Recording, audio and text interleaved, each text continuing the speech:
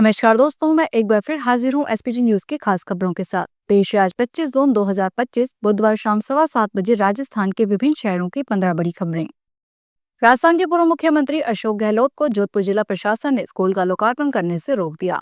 गहलोत को शहर के एक स्कूल की बिल्डिंग का 27 जून को उद्घाटन करना था। इसकी जानकारी उन्होंने सोशल मीडिया पर शेयर की थी। इसके बाद जोधपुर जिला प्रशासन ने जानकारी दी कि उद्घाटन शिक्षा मंत्री मदन दिलावर से करवाया जाएगा। विवाद बढ़ा तो बुधवार को पूर्व मुख्यमंत्री गहलोत ने कहा कि हमने प्रोग्राम ही कैंसिल कर दिया। राजस्थान के अधिकतर जिलों में मानसून एक्टिव है। बुधवार को सीकर, जालौर सहित कई जिलों में बारिश हुई। सीकर में बुधवार सुबह करीब 7:30 बजे से बारिश का दौर शुरू हुआ, जो रुक रुक कर जारी है। जालौर में आज सुबह 7 बजे से रिमझिम बारिश हुई। भीलवाड़ा में बुधवार दोपहर को हुई बारिश से तापमान में गिरावट आई है। बांसवाड़ा में भी सुबह बारिश हुई। टोंक जिले में बीसलपुर बांध का जलस्तर इस सीजन में तीसरी बार बढ़ा है। बुधवार को बांध का जलस्तर 2 सेंटीमीटर से बढ़कर 312.52 आरएल मीटर हो गया। पर्यटन और सीमा के कारण देश भर में पहचान रखने वाले जैसलमेर का नाम इस बार भीषण गर्मी के मामले में लगातार अव्वल जिलों की श्रेणी में शुमार हो रखा है। निरंतर भीषण गर्मी और उमस की मार झेलते झेलते स्थानीय बाशिंदे अब हैरान होने लगे हैं। यहाँ प्रदेश के अधिकांश जिलों में मानसून की बारिश के समाचार देखने सुनने को मिल रहे हैं। वहीं जैसलमेर में केवल शरीर पर पसीने की बरसात हो रही है। नमी का प्रतिशत अधिकतम 84 से न्यूनतम 45% रही। पंजाब विजिलेंस ने पूर्व अकाली मंत्री विक्रम मजीठिया को गिरफ्तार कर लिया। यह गिरफ्तारी आय से अधिक संपत्ति के केस में की गई है। अमृतसर से गिरफ्तार करने के बाद विजिलेंस की टीम मजीठिया को मोहाली ले गई, जहां उन्हें कोर्ट में पेश किया जाएगा। विजिलेंस ने विक्रम मजीठिया के घर से 29 मोबाइल फोन, 4 लैपटॉप, 2 आईपैड, 8 डायरियां और अन्य दस्तावेज जब्त किए हैं। विजिलेंस की टीम आज बुधवार सुबह एसएसपी लखबीर सिंह की अगुवाई में मजीठिया के अमृतसर में ग्रीन एवेन्यू स्थित घर पर पहुंची। इस दौरान मजीठिया की विजिलेंस टीम से भी बहस हुई। मानसून की बारिश उत्तराखंड को भिगो रही है, लेकिन इससे चार धाम की यात्रा भी बाधित हो रही है। बार बार मलबा आने से हाईवे बंद हो रहे हैं और यात्रियों को सुरक्षित स्थानों पर रोका जा रहा है। बुधवार को सुबह मुनकटिया में कवाड़ी से लगातार पत्थर गिरने के कारण 4 घंटे केदारनाथ यात्रा रोकनी पड़ी। 4 घंटे तक यात्रियों को सोनप्रयाग में रोका गया। बाद में मार्ग खुला और यात्री रवाना हुए। राजस्थान के पूर्व मुख्यमंत्री अशोक गहलोत ने सीएम भजनलाल शर्मा को लेकर बड़ा दावा किया है। उन्होंने कहा कि सीएम को हटाने का भयंकर षड्यंत्र चल रहा है। उनके खिलाफ भाजपा के लोग लगे हुए हैं। पूर्व सीएम बुधवार को जोधपुर दौरे पर थे। यहाँ सर्किट हाउस में मीडिया से बातचीत करते हुए कहा कि मुख्यमंत्री जन सुनवाई करे तो पता चल जाएगा कि जनता क्या चाहती है। पूर्व मुख्यमंत्री गहलोत बोले, हम विपक्ष में है। जनभावना जो होती है, जो लोग आकर कहते हैं या मीडिया में खबर आती है, तो वो बात हम उठाते हैं। वो समझते हैं कि राजनीतिक आलोचनाएं सच्चाई नहीं है।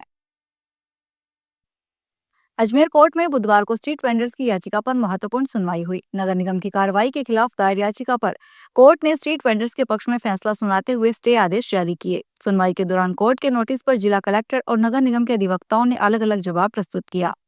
दोनों पक्षों के अधिवक्ताओं के बीच हुई बहस के बाद न्यायालय ने स्ट्रीट वेंडर्स के पक्ष में निर्णय दिया। कोर्ट ने अगली सुनवाई की तिथि 30 जून निर्धारित की है। नगर निगम ग्रेटर जयपुर की अग्निशमन शाखा ने अपने क्षेत्राधिकार में आने वाले संस्थानों की अग्निशमन सुरक्षा सुनिश्चित करने के लिए सख्त रुख अपनाया है। मुख्य अग्निशमन अधिकारी ने कार्यालय आदेश जारी कर सभी अग्निशमन और सहायक अग्निशमन अधिकारियों को पहले जारी किए गए निर्देशों की पालना न करने पर नाराजगी व्यक्त की है। इससे पूर्व 28 मई 2025 को जारी आदेश क्रमांक 168 के माध्यम से आग से बचाव के उपायों की दृष्टि से सर्वे करने के निर्देश दिए गए थे, लेकिन इसकी पालना नहीं की गई। पत्र में कहा गया कि हाल ही में हुई अग्निशमन समिति की बैठक में अध्यक्ष पारस जैन द्वारा इस विषय पर गंभीर चिंता व्यक्त की गई थी। राजस्थान पुलिस की साइबर क्राइम ब्रांच ने साइबर अपराधियों के फर्जी शेयर, ट्रेंडिंग और गेमिंग एप्स के जरिए धोखाधड़ी करने के नए जाल के प्रति आम जन को सावधान रहने के लिए एक एडवाइजरी जारी की है। बताया गया है कि कैसे ये जालसाज भोले वाले लोगों की मेहनत की कमाई हड़प रहे हैं। पुलिस अधीक्षक शांतनु कुमार ने बुधवार को बताया कि सोशल मीडिया ग्रुप्स के जरिए पीड़ितों को इन फर्जी ऐप्स या वेबसाइट्स पर गेम खेलने या निवेश करने के लिए उकसाते हैं।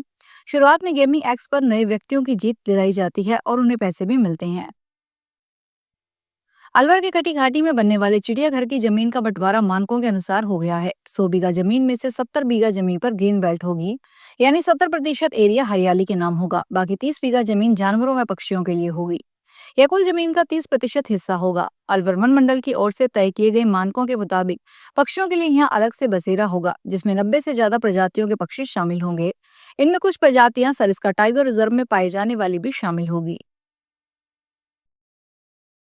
राजस्थान माध्यमिक शिक्षा बोर्ड की ओर से 10वीं और 12वीं के 19 लाख से ज्यादा स्टूडेंट्स की मार्कशीट और रीट 2024 में 14 लाख से ज्यादा कैंडिडेट के सर्टिफिकेट कल से भेजी जाएंगी। साथ ही 10वीं और 12वीं की सप्लीमेंट्री एग्जाम की डेट भी जल्द घोषित करेगा। बोर्ड के सचिव कैलाश चंद्र शर्मा ने बताया कि बोर्ड की ओर से मार्कशीट जिलेवार नोडल केंद्रों को भेजी जाएगी। यहाँ से स्कूलों को मिलेगी और इसके बाद विद्यार्थी प्राप्त कर सकेंगे। उदयपुर शहर कांग्रेस कमेटी की ओर से शहर में बिगड़ती कानून व्यवस्था को लेकर कलेक्ट्रेट पर प्रदर्शन किया गया। कांग्रेस कार्यकर्ताओं ने नारेबाजी कर अपराधों के बढ़ते आंकड़ों को लेकर सरकार को निशाने पर लिया। कांग्रेस कार्यकर्ताओं ने शहर अध्यक्ष फतेह सिंह राठौड़ के नेतृत्व में प्रदर्शन किया। कांग्रेस की महिला विंग और यूथ विंग से भी कार्यकर्ता इसमें शामिल हुए। नेताओं ने कहा, उदयपुर में फ्रांसीसी युवती से रेप की घटना, जिसमें टूरिस्ट सिटी उदयपुर शर्मसार हुई है। इस तरह उदयपुर में नित्य अपराध बढ़ रहे हैं और कानून व्यवस्था बिगड़ी हुई है। राजस्थान में बारिश का सीजन शुरू होते ही लोग संक्रामक बीमारियों की चपेट में आ रहे हैं। राजस्थान सरकार ने मानसून के सीजन में गायों को मौसमी बीमारी से बचाने के लिए अनूठी पहल की शुरुआत की है। इस मानसून के सीजन में गायों को मौसमी बीमारी से बचाने के लिए यह अभियान की शुरुआत की गई है। इसके तहत गौशालाओं से लेकर घर घर गायों का वैक्सीनेशन कराया और उसमें मेडिकल चेकअप भी किया जा रहा है। भारत ने सस्टेनेबल डेवलपमेंट गोल को प्राप्त करने में प्रगति करने वाले 167 देशों की लिस्ट में पहली बार टॉप 100 में आने वाले अपनी स्थिति मजबूत की है।